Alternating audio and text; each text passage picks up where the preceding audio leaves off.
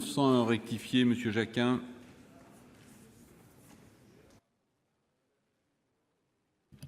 Merci Monsieur le Président, Monsieur le rapporteur, Madame la Ministre, mes chers collègues. Cet amendement singulier permettra de donner toute sa valeur au pluriel de votre loi des mobilités.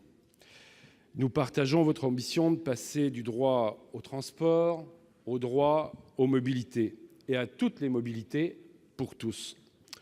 Mais pourquoi je vous propose d'intégrer cet adverbe verticalement à cette définition de la mobilité?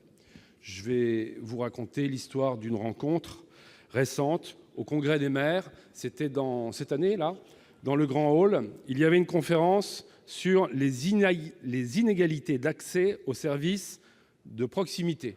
Bien entendu, on parlait abondamment, notamment de la question des déserts médicaux.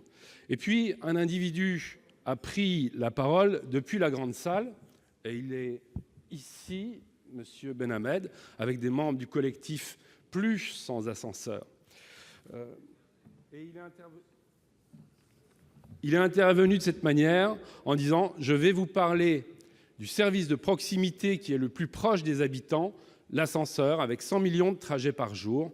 C'est le premier moyen de transport en France. » Il a été à demi applaudi. D'ailleurs, mon voisin, un maire de Meurthe-et-Moselle, une commune de 122 habitants, m'a dit « Mais il dit n'importe quoi, ce gars-là, c'est pas l'endroit. » J'ai dit « Mais non, il dit la même chose que toi lorsque, dans ton village, tu mets en place un transport à la demande parce qu'il y a Madame Petit au bout du village qui n'a pas de voiture, qui n'a pas sa famille sur place et qui est bloquée et qui est enclavée. » En premier, quand on pense à l'ascenseur, on pense au logement et à une personne à mobilité réduite qui est bloquée chez elle. Et quelquefois, pour de trop longs mois, et ça arrive.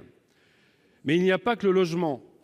Il y a dans l'espace public des ascenseurs. Il suffit, Madame la Ministre, d'aller sur la ligne 14 du métro pour voir de nombreux ascenseurs. Il peut arriver qu'une personne soit bloquée sur les quais par défaut d'ascenseur.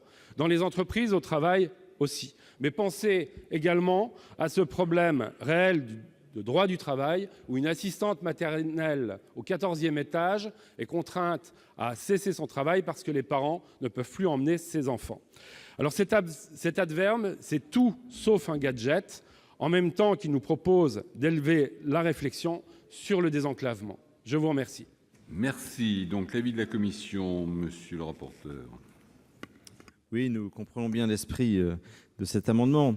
Ceci dit, nous ne voyons pas l'intérêt de cet ajout relatif à la mobilité horizontale, verticale. Elle est multidirectionnelle par définition. Si on utilise uniquement le terme de mobilité, elle pourrait être aussi diagonale ou sinusoïdale, notamment en politique. Mais voilà, la mobilité, elle est multiple, elle est multidirectionnelle. Donc c'est plutôt une demande de retrait ou un avis défavorable. Madame la Ministre. Même avis. Même avis. Si je n'ai pas de demande d'explication de vote, Monsieur Jacquin, retrait ou pas? Mais je veux apporter quelques précisions. Je pense que ce sujet, il doit être pris en considération. Il est tout à fait sérieux. Et je crois que beaucoup de politiques s'intéressent depuis peu à cette question. J'ai pu aller en Seine-Saint-Denis avec Stéphane Troussel qui lançait une expérimentation avec en tant que bailleur social. Madame Pécresse, par exemple, soutient aussi l'opération. Il n'est pas acceptable que de trop nombreux habitants, notamment nos quartiers, se retrouvent littéralement pris en otage dans leur logement parce qu'ils ne peuvent plus sortir de chez eux. Je pense principalement aux personnes âgées, aux familles ou encore aux personnes en situation de handicap ou fragiles, qui sont les premières personnes touchées par ces pannes d'ascenseur. Pas d'ascenseur, c'est moins, voire plus du tout de mobilité et d'autonomie. C'est moins de lien social, c'est l'isolement. Nous ne pouvons pas fermer les yeux sur ce sujet. D'ailleurs, on a évoqué hier du transport par câble, qui n'est pas totalement éloigné de cette question-là. Et le problème du désenclavement, je l'ai dit, il est multiforme. Je proposerai d'ailleurs un amendement concret, parce que ce n'est pas qu'une intention. Cette association porte tout un programme d'action qui est pris très au sérieux. Je vous le demande aussi.